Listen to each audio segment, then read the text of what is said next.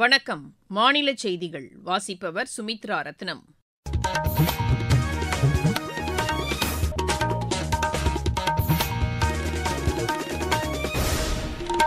தலைப்புச் செய்திகள்.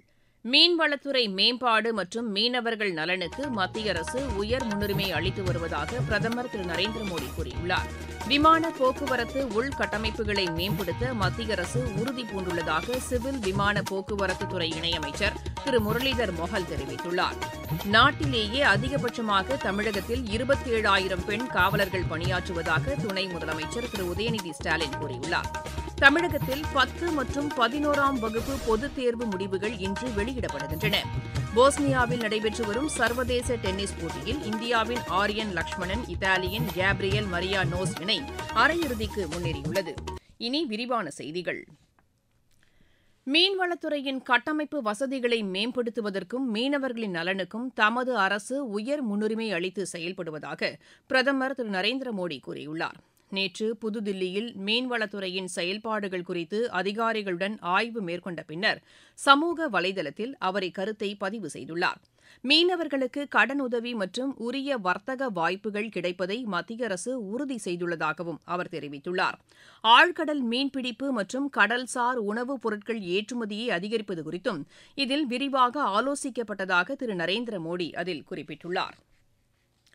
நாட்டின் அனைத்து பகுதிகளிலும் விமான போக்குவரத்து உள்கட்டமைப்புகளை மேம்படுத்த மத்திய அரசு உறுதிபூண்டுள்ளதாக சிவில் விமான போக்குவரத்துத்துறை இணையமைச்சர் திரு முரளிதர் மொஹல் தெரிவித்துள்ளார். மகாராஷ்டிராவின் கோலாப்பூர் விமான நிலையத்தில் மேம்பாட்டுப் பணிகளை நேற்று தொடங்கி வைத்து பேசிய அவர், நாட்டில் விமான நிலையங்களின் எண்ணிக்கை தொடர்ந்து அதிகரிக்கப்பட்டு வருவதாக கூறினார். விமான நிலையங்கள் நவீன வசதிகளுடன் மேம்படுத்தப்பட்டு வருவதாகவும் திரு முரளிதர் மொஹல் தெரிவித்தார்.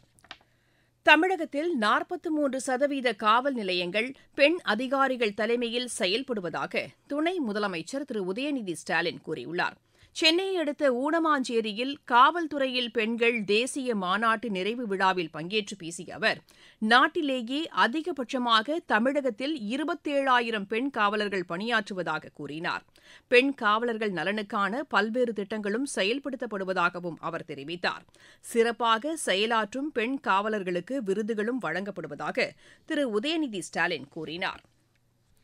தமிழகத்தில் சிசு மரணம் குறைந்துள்ளதாக சமூக நலத்துறை அமைச்சர் திருமதி கீதா ஜீவன் தெரிவித்துள்ளார். தூத்துக்குடியில் நிகழ்ச்சி ஒன்றில் பேசிய அவர், அரசு பள்ளிகளில் காலை உணவு திட்டம் சிறப்பாக செயல்படுத்தப்பட்டு வருவதாகவும் வரும் ஆண்டு முதல் அரசு உதவி பெறும் பள்ளிகளிலும் இத்திட்டம் செயல்படுத்தப்படும் என்றும் தெரிவித்தார்.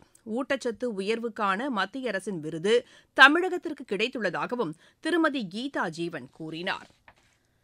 தமிழகத்தில் 10 மற்றும் 11ஆம் வகுப்பு பொதுத் தேர்வு முடிவுகள் இன்று வெளியிடப்படுகின்றன.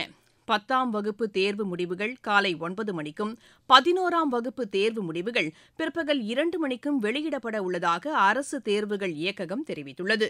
தேர்வு முடிவுகளை www.tnresults.nic.in மற்றும் results.digilocker.gov.in என்ற இணையதளங்கள் மூலமாக அறிந்து கொள்ளலாம் என்றும் தெரிவிக்கப்பட்டுள்ளது. பள்ளி மாணவர்களுக்கு அவர்கள் பதிவு செய்துள்ள கைபேசி எண்ணுக்கு குறுஞ்செய்தி மூலமாகவும் தேர்வு முடிவுகள் அனுப்பப்படும் என்று அரசு தேர்வுகள் இயக்ககம் கூறியுள்ளது. நீங்கள் கேட்டுக்கொண்டிருப்பது மாநில செய்தி அறிக்கை. நேயர்களே,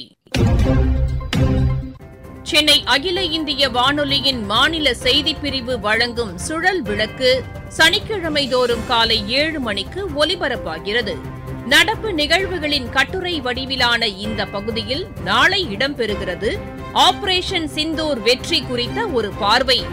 ஒருங்கிணைந்த அலைவரிசையில் ஒலிபரப்பாக உள்ள இந்த நிகழ்ச்சியை கேட்க தவறாதீர்கள். தமிழகத்தில் அடுத்த 4 நாட்களில் படிப்படியாக வெப்பநிலை குறையும் என்று சென்னை வானிலை ஆய்வு மையம் தெரிவித்துள்ளது. அதிகபட்ச வெப்பநிலை 2 முதல் 3 டிகிரி செல்சியஸ் வரை குறைய வாய்ப்புள்ளதாகவும் அந்த மையம் கூறியுள்ளது. ஈரோடு, கிருஷ்ணகிரி, திருப்பத்தூர், வேலூர், தருமபுரி, சேலம், நாமக்கல் உள்ளிட்ட மாவட்டங்களுக்குட்பட்ட சில பகுதிகளில் இன்று கனமழைக்கு வாய்ப்புள்ளதாகவும் தெரிவிக்கப்பட்டுள்ளது. தூத்துக்குடி அனல்மின் நிலைய ஒப்பந்த ஊழியர்களின் வேலைநிறுத்த போராட்டம் திரும்பப் பெறப்பட்டுள்ளது. தொழிலாளர் நலத்துறை மண்டல ஆணையர் முன்னிலையில் நடைபெற்ற பேச்சுவார்த்தையில் கோரிக்கைகள் தொடர்பாக உடன்பாடு எட்டப்பட்டதாக எமது செய்தியாளர் தெரிவிக்கிறார். ஊதிய உயர்வு உள்ளிட்ட பல கோரிக்கைகளுக்காக கடந்த 29 நாட்களாக வேலைநிறுத்த போராட்டத்தில் ஈடுபட்டு வந்தனர். இந்த வேலைநிறுத்தத்தை வாபஸ் வாங்கிக் கொள்வதற்காக 10 கட்டங்களாக பேச்சுவார்த்தை நடத்தப்பட்டன. இந்த பேச்சுவார்த்தையில் எந்தவித முடிவுகளும் எட்டப்படாத தொடர்ந்து அவர்கள் கடந்த 3 தினங்களாக தொடர் உண்ணாவிரத போராட்டம் நடத்தினர். தொழிலாளர் நலத்துறை மண்டல ஆணையர் பிரவீன் பாண்டி மோகன்தாஸ் முன்னிலையில் பேச்சுவார்த்தை நடைபெற்றது. இந்த பேச்சுவார்த்தையில் ஊழியர்களுக்கு ஷிப்ட் ஒன்றிற்கு 90 ரூபாய் ஊக்கத்தொகை உயர்த்தி வழங்கப்படும். ஒப்பந்த ஊழியர்கள் பணியின் போது உயிரிழந்தால் 30 லட்சம் ரூபாய் நிவாரண உதவியாக அவரது குடும்பத்திற்கு வழங்கப்படும் என்று உறுதியளித்தனர்.